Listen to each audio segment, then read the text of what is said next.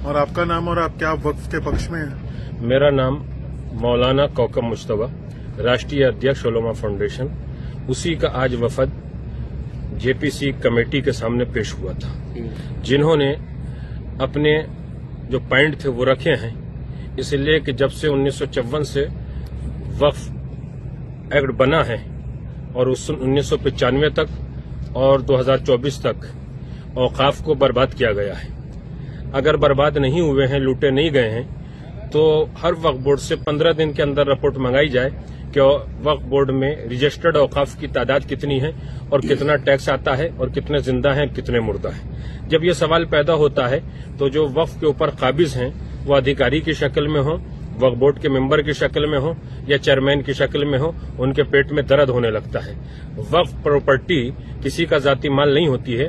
मुतवल्ली और चेयरमैन को सिर्फ इतना हक हासिल है कि वो उसकी हिफाजत करे, लेकिन वक्फ बोर्ड की जितनी भी प्रॉपर्टी है जब वाकिफ ने वक्फ कर दी तो वो भारत की होती है, भारतवासियों की होती है, मानवता के लिए होती है, जिस काम के लिए की गई है उसके लिए होती है।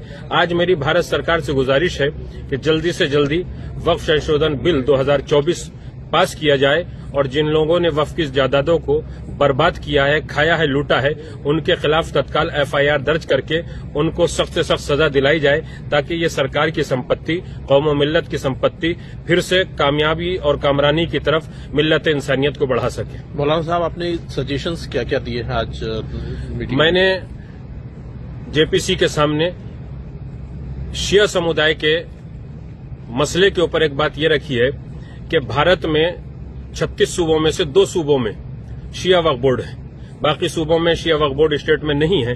तो मैंने कहा है कि इन 2 सूबों से वक्फ बोर्ड को खत्म करके पूरे भारत का शिया वक्फ परिषद की शक्ल में, शिया वक्फ बोर्ड की शक्ल में या शिया वक्फ काउंसिल की शक्ल में एक बना दिया जाए, ताकि किसी भी सूबे में किसी शिया को परेशानी न हो।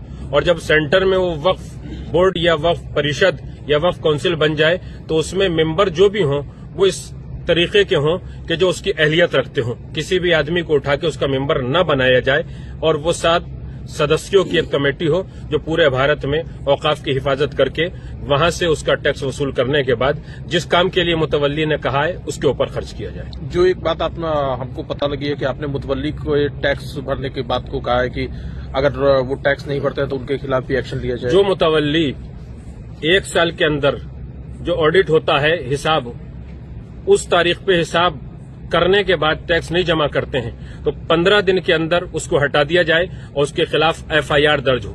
इसी एफआईआर से दर्ज होने से डरने के लिए मौलाना अरशद मदनी जैसे बहुत से मौलवी हिंदुस्तान के अंदर हाय तौबा मचाए हुए हैं कि वक्फ बिल पास न हो, वक्फ बिल पास न हो, वक्फ बिल पास न हो। अरे तुम्हारे साथ अगर कोई घटना हो जाती है तो बड़ी सजा दिलाना चाहते हो। कोई पूरे हिंदुस्तान को लूट के चला जाए, पहले महमूद गजनवी लूट के चला गया, दूसरे बादशाह वो लूट के चले गए, तो जो भी भारत की संपत्तियों को बर्बाद करेगा, लूटेगा, उसके खिलाफ एफआईआर भी दर्ज होगी, उसके पेट से वो माल निकाला भी जाएगा। ये भारत की संपत्तियां हैं।